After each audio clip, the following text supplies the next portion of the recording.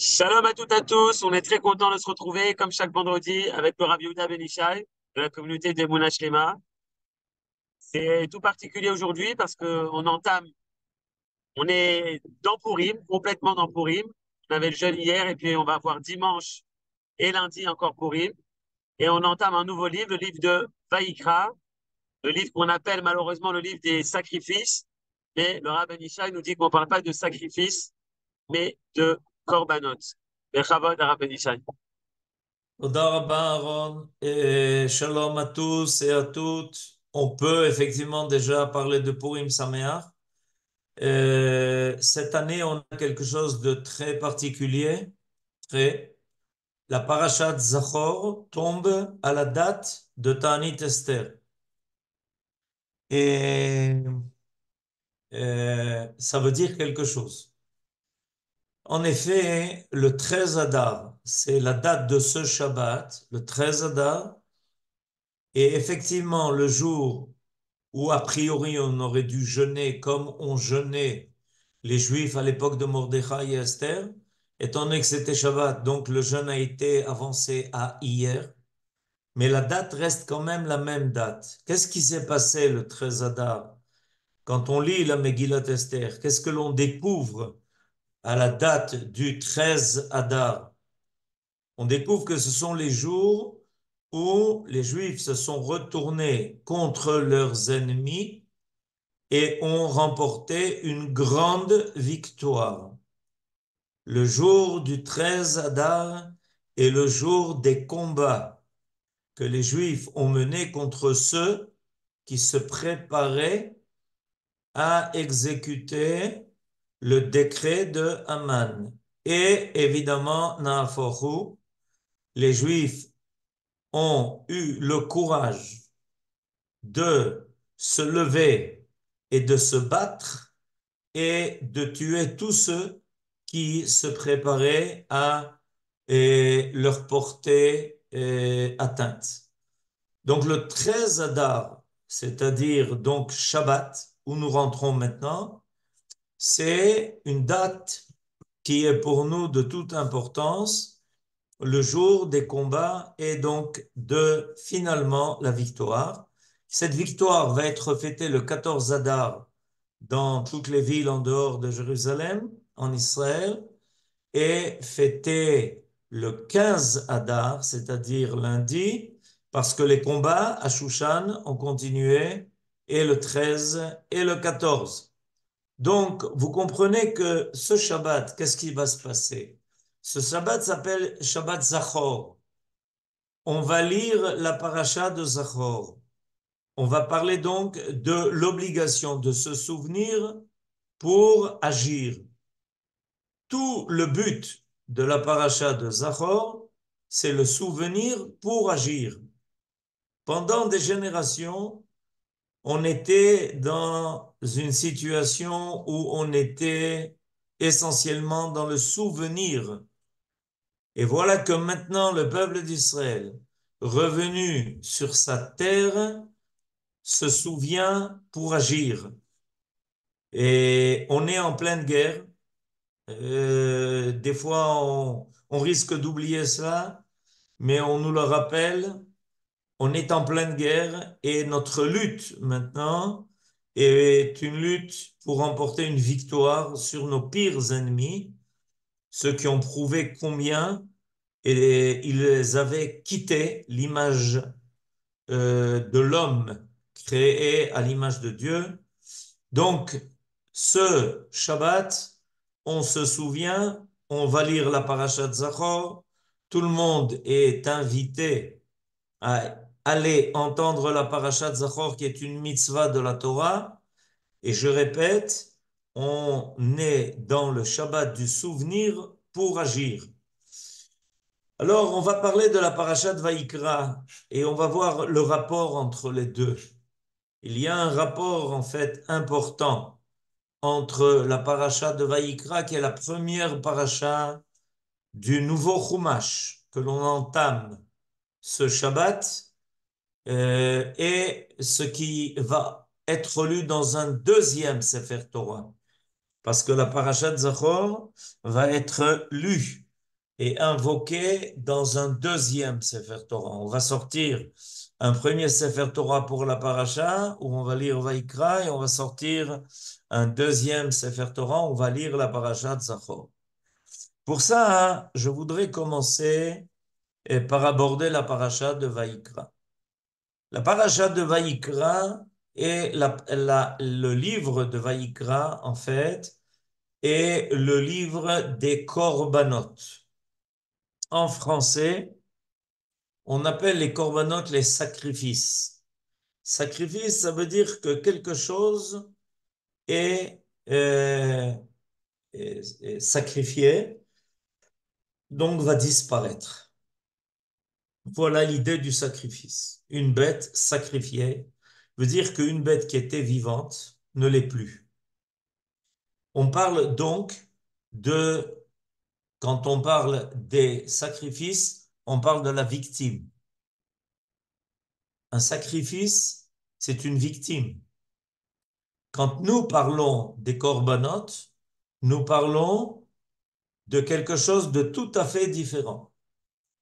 Et il est très important de saisir la nuance, parce que depuis 2000 ans, par tradition, par la tradition occidentale, et qui est une civilisation gréco-romaine chrétienne, l'idée du sacrifice est l'idée de la victime. Le korban, lui, est tout à fait différent. Quand on parle du korban, on ne parle pas de ce qui est sacrifié, mais on parle de celui qui amène le korban. Et pourquoi est-ce que le korban porte-t-il le nom de korban? Parce qu'il vient du mot karov. Toute l'idée du korban est de permettre à l'homme de s'approcher, de s'élever, lui, avec son korban. Il y a donc ici une idée qui est totalement différente et je dirais, en fait, une idée inversée. Quand on traduit le mot korban par le mot sacrifice, en réalité, on parle de l'idée de supprimer quelque chose qui doit se sacrifier pour que l'homme continue de vivre. Ou ceux qui veulent vivre le font sur le compte de quelque chose qui existe. C'est l'idée du sacrifice. C'est une idée qui est extrêmement négative. L'idée que quelque chose doit disparaître pour permettre l'existence de. C'est une idée négative. Elle est basée sur l'idée qu'il faut effacer quelque chose pour que puisse exister quelque chose. Ça nous rappelle évidemment une connotation que on ne voudrait pas avoir connue parce qu'elle a entraîné une civilisation où on n'a pas hésité à supprimer des victimes en laissant croire que grâce à ça, ben, les autres, en supprimant ces victimes, avaient droit, eux, à vivre. Il y a ici quelque chose de grave.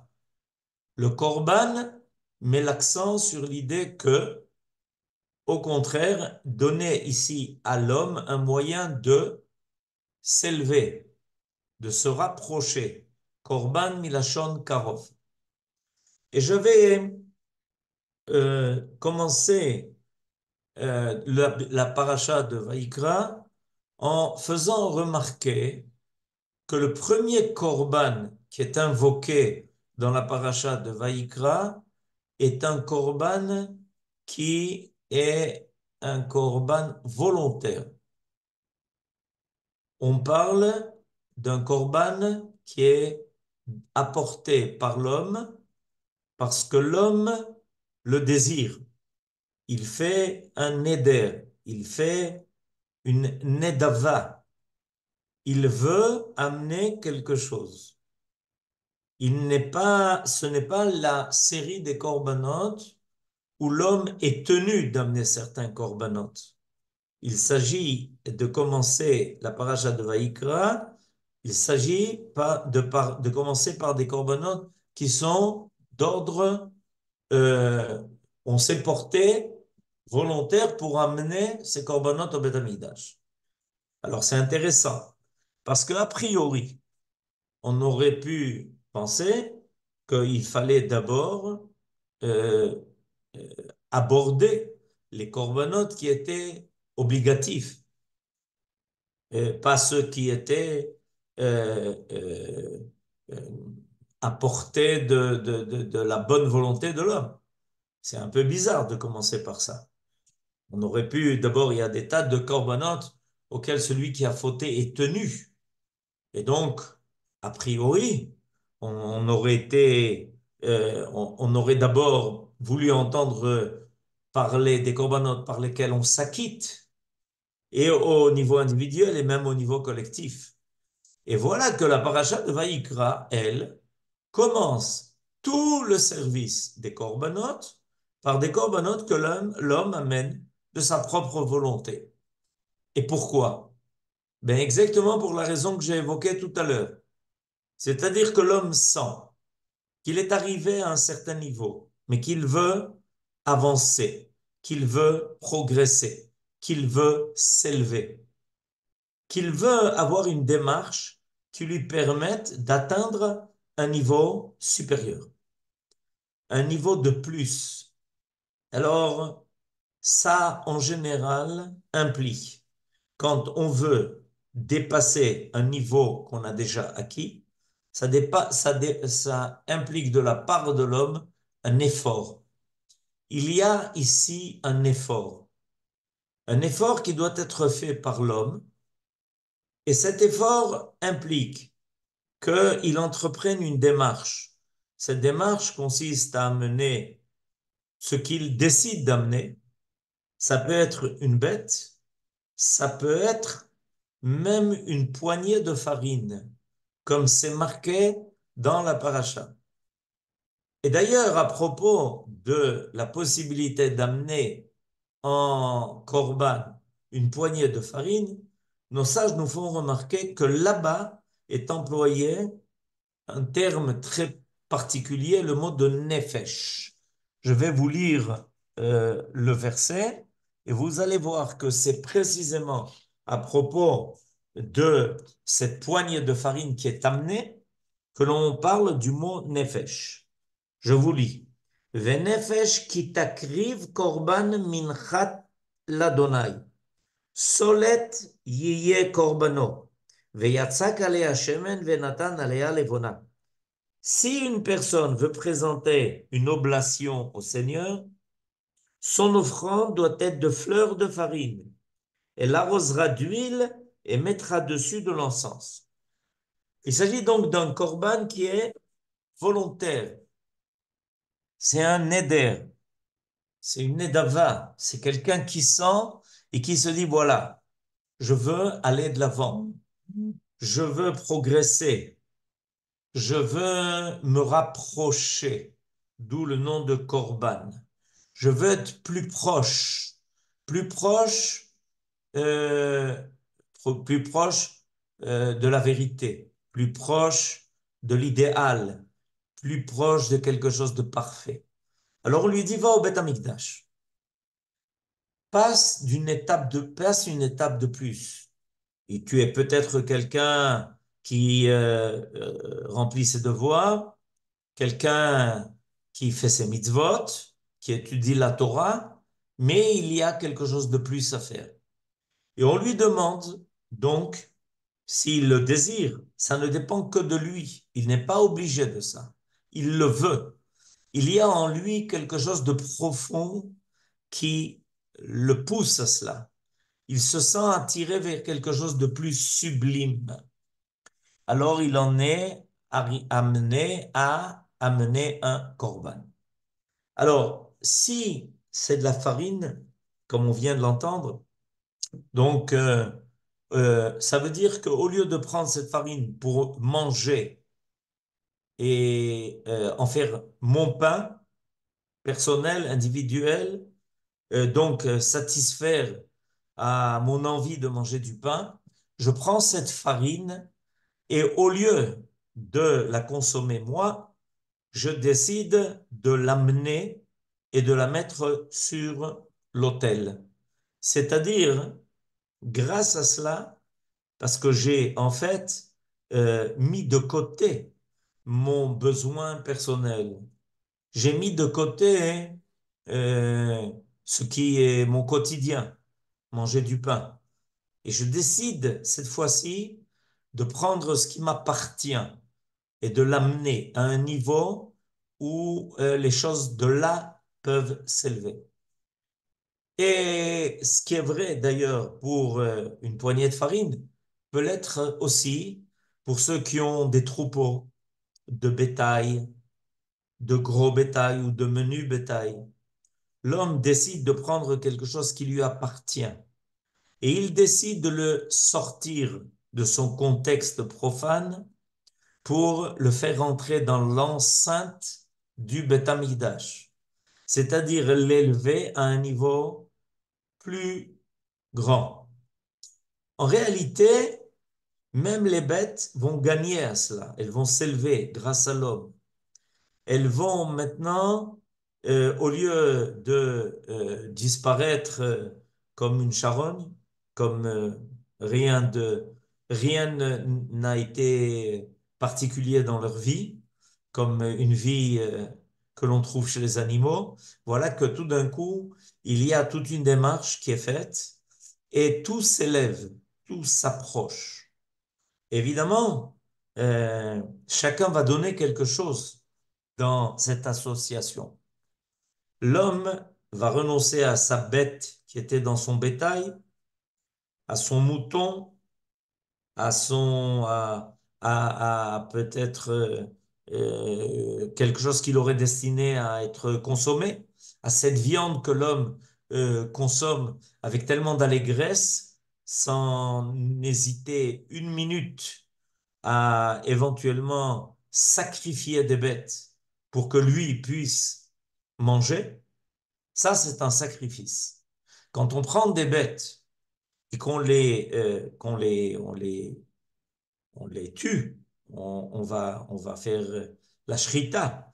Alors on sacrifie la bête pour la nourriture de l'homme. Mais le korban, c'est pas un sacrifice. C'est l'homme qui décide de s'élever et d'élever avec lui tout ce qui lui appartient, toute sa nature. Et il s'élève très haut. Et il élève avec lui tout ce qui lui appartient très haut. Il y a une élévation énorme qui se fait. C'est de la différence entre le korban, qui vient du mot karov, par rapport au sacrifice. Et ça crée un monde qui est totalement différent. En réalité, l'homme, pour ses besoins personnels, sacrifie beaucoup de choses.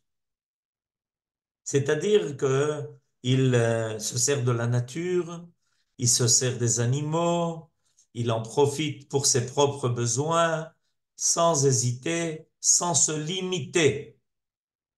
Par contre, au Beth Amikdash, c'est le contraire. Il s'élève et il veut élever avec lui toute la nature.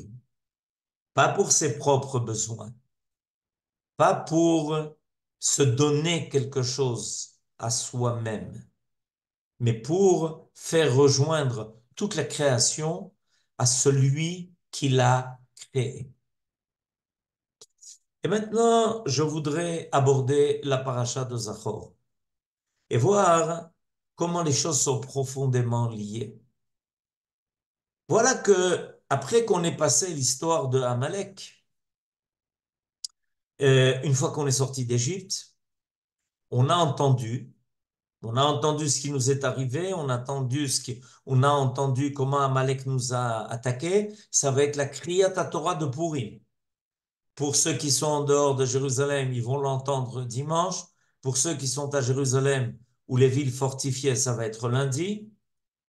Et voilà que tout d'un coup, à la fin de la Torah pratiquement, on nous raconte à nouveau l'histoire de Amalek. Mais cette fois-ci, on nous révèle des choses qu'on ne savait pas lorsque c'est arrivé. On nous révèle que Amalek nous a attaqués alors qu'il y avait en nous, il y avait présent parmi nous des faibles, des faiblesses. Et je voudrais vous lire les versets, c'est important. Parce que là, la Torah nous aide à comprendre quelque chose. Et je vais vous le dire. Zachor et asher asa lecha Amalek, baderech, betzetchem miMitzrayim. Souviens-toi de ce que t'a fait Amalek lors de votre voyage au sortir de l'Égypte. Asher karcha baderech, comme il t'a surpris, chemin faisant, et s'est jeté sur tous les traînards par derrière. Il s'est avéré que lorsqu'on est sorti d'Égypte, il y avait des traînards. Dans le langage de la Torah, il s'appelle Necheshalim. Necheshalim veut dire Chalashim. En fait, quand Amalek nous a attaqués, ce qui n'était pas dit quand c'est arrivé, il s'est attaqué à ceux qui n'étaient pas protégés, à ceux qui n'étaient pas entourés des nuées, à ceux qui avaient fait preuve de faiblesse. Alors là, Rashi va nous dire une chose importante. D'où venait cette khoulcha? Quelle était la source, la racine de cette khoulcha? Je vous lis Rashi. Chasre koach michamat chet'am sheaya et anan poltan. En d'autres termes, ce que nous dit Rashi, c'est que les Amalekim, ils se sont attaqués à ceux qui avaient fauté, qui traînaient, pas seulement au sens géographique du terme, c'est les traînards, c'est ceux qui manquent d'enthousiasme, c'est ceux qui se détachent un peu du camp d'Israël, ceux qui sont à l'arrière, ceux qui n'ont plus tellement envie, a priori, de rejoindre le camp d'Israël, qui ont oublié peut-être qu'est-ce que ça implique. On a le temps, on veut vivre tranquillement, on est à l'arrière, en dehors des nuées. Ceux qui veulent avancer n'ont qu'à avancer. Ceux qui veulent être proches de l'Arche sainte, ils ont qu'à aller de l'avant parce que l'Arche sainte est de l'avant. Eux, hein, ce sont des personnes qui plutôt se sentent ayefim. Ils sont là, ils sont fatigués. Ils n'ont plus tellement la force nécessaire pour suivre le rythme du camp d'Israël, le rythme de l'histoire d'Israël. L'histoire d'Israël est une histoire qui va de l'avant. Notre histoire ne va jamais en arrière. Elle va toujours vers le futur. Nous sommes un peuple qui va vers son futur. Ça s'appelle l'éternité d'Israël. La capacité de toujours dépasser ce qui, a priori, aurait dû nous faire chuter, nous faire descendre de la voie de l'histoire humaine sans succès. On va vers l'avant. Ça demande des efforts. L'arche va de l'avant. Elle est à 2000 coudées en avant. Et le peuple d'Israël va et la suit, d'étape en étape, selon toutes les étapes qu'il y a eu dans le désert. Et voilà que derrière nous, il y en a qui traînent la patte, qui n'ont plus tellement envie, qui se sentent fatigués. Écoutez, on est sorti de l'Égypte, on a quitté l'exil. Eh bien, à notre niveau, ce qui devait se faire, c'est fait. on est tranquille, on est content de plus être les esclaves de l'exil. Laissez-nous en paix. Laissez-nous tranquilles. Et contre Amalek, tout le peuple d'Israël se mobilise pour sauver ces hommes-là qui sont en dehors des nuées, qui ont été rejetés un peu du camp d'Israël, mais qui suivent péniblement quand même le camp d'Israël. Et quand Amalek va les attaquer, alors le peuple d'Israël tout entier se soulève parce qu'ils font partie du peuple d'Israël, parce qu'ils sont quand même une partie de nous-mêmes. Et alors, et alors, on nous rappelle qu'Amalek, il attend ses faiblesses. Il attend ces Nechel Shalim. Il attend ceux qui sont fatigués, qui traînent, qui ne sont plus tellement conscients de ce qu'ils font dans le camp d'Israël. En quoi ça les concerne? En quoi c'est leur affaire? Mais le peuple d'Israël tout entier est là et il s'est levé comme un seul homme. Parce que finalement, quand ils sont atteints, c'est tout Israël qui est atteint. C'est tout Israël qui est solidaire. Et il y a quelque chose qui est extraordinaire. C'est que la Messirut Nefesh, qui va être réclamée de tous, c'est une Messirut Nefesh où on demande, même à ceux qui n'ont pas fauté, de se battre pour ceux qui ont fauté. Une Messirut Nefesh qui réclame de nous plus que ce que l'on doit a priori selon un compte simple.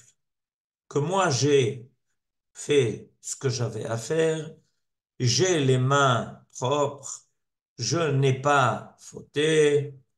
Non, non, tu dois te mobiliser et tu dois aller au-delà. C'est un élan qui est nécessaire. C'est ce qui nous permet d'aller de l'avant. Précisément, Amalek nous révèle ce que nous avons à faire de plus que ce que nous avons à faire d'habitude. Si dans notre histoire, on peut penser que chacun fait ses devoirs, accomplit ce qu'il a à faire, respecte les mitzvot du Shulchan Aruch, il est tranquille chez lui en se disant j'ai la conscience tranquille. Amalek nous dit non, non, non, voyez, si il y a un affaiblissement dans votre camp, ça veut dire que chacun de vous devra faire beaucoup plus. Chacun de vous devra aller au-delà de ce qu'il a l'habitude de faire. C'est l'idée du korban. En fait, Amalek nous aide à quelque chose. Il nous aide à nous dépasser. Il nous aide à aller encore au-delà de ce que nous avons l'habitude de faire. Si jusqu'à présent, on se disait, ne nous inquiétons pas, notre histoire est prise en charge par celui qui nous a fait sortir d'Égypte, et on est tranquille, on va mener notre vie gentiment et tranquillement. Amalek vient nous dire, non, non, vous n'avez pas compris. Vous endossez une responsabilité collective, mais elle n'est pas seulement collective vis-à-vis de votre peuple, elle est collective vis-à-vis de l'ensemble de l'humanité. Cette espèce de faiblesse qui s'est révélée dans notre camp, c'est une faiblesse qui est le reflet de ce à quoi l'humanité veut se laisser aller. Ceux qui se disent, ben voilà, il n'y a plus grand-chose à faire dans l'histoire des hommes. On a donné à l'homme tous les instruments pour qu'il puisse profiter de la vie, pour qu'il puisse jouir de la vie. Et il a aujourd'hui tout ce qui est nécessaire à cela.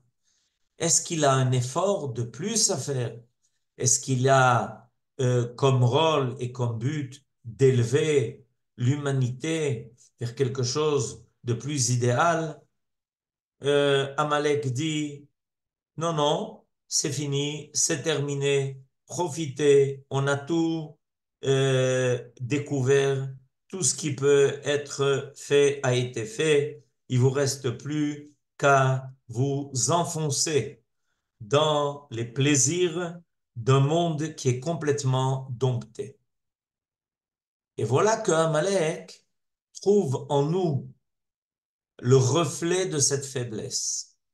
Et il va les attaquer. Il va attaquer et il va provoquer chez nous, à ce moment-là, un sursaut. Il va nous réveiller.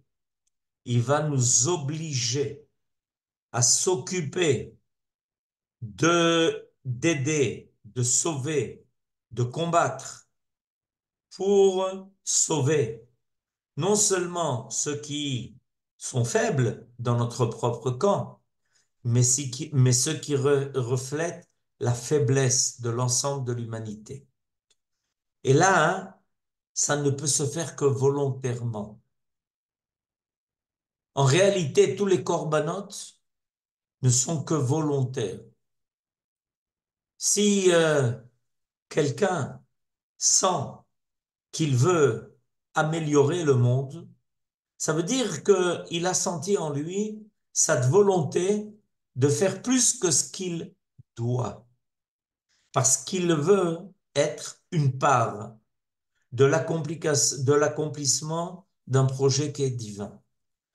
Tout le livre de Vaïkra commence par quelque chose de volontaire, par quelque chose qui est une Messirut Nefesh, par quelque chose où il y a un don de soi et en même temps un don de ce qui nous appartient.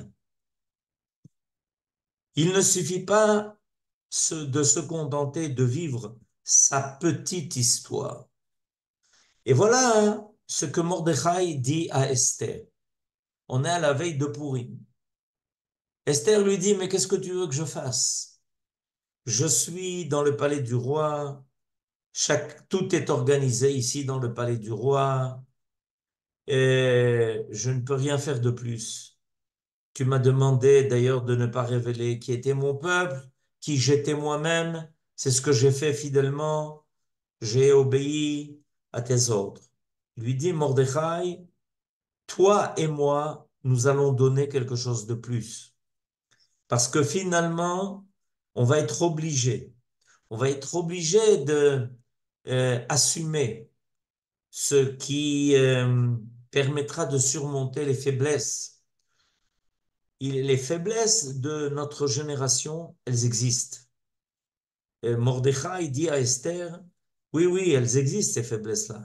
Ils ont participé au festin de Achashverosh, ils étaient présents à cette démission de l'idée de la Géoula, ils ont démissionné de l'idée de la Géoula.